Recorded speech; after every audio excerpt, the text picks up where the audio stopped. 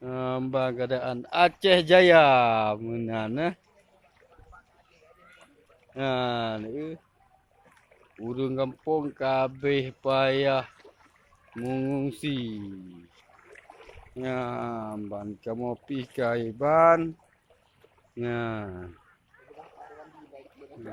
Nyo nyo Pak Irwandi kali yang bicara. Kagak ubah keadaan banjir Aceh Jaya. Ban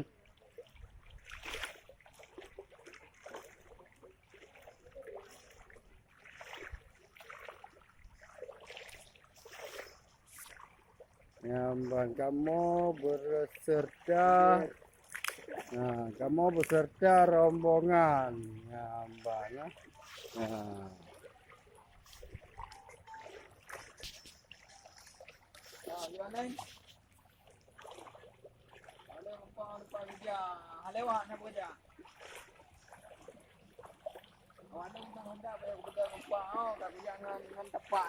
kau nya kada kai koh jalannya kakak bek beda mangono kai koh no. Kah kajak kena. Baru tu. Baru tu apa ini dong trong thiên dah. Baru tu nak apa hentang macam ten.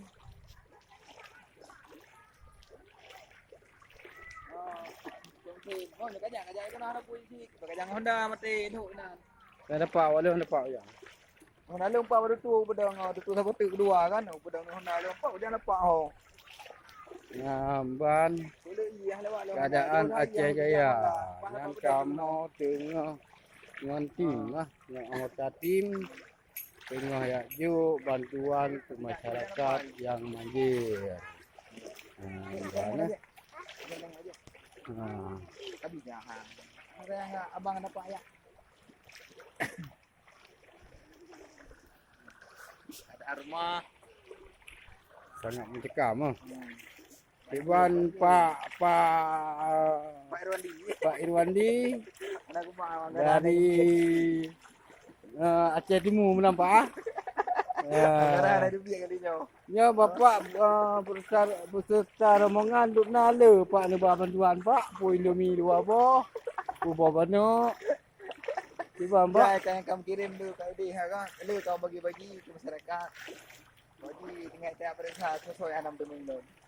Menan pak. Tak kaya rencana jalan ke Bupati pak Giban. Benar lah kira-kira. Menan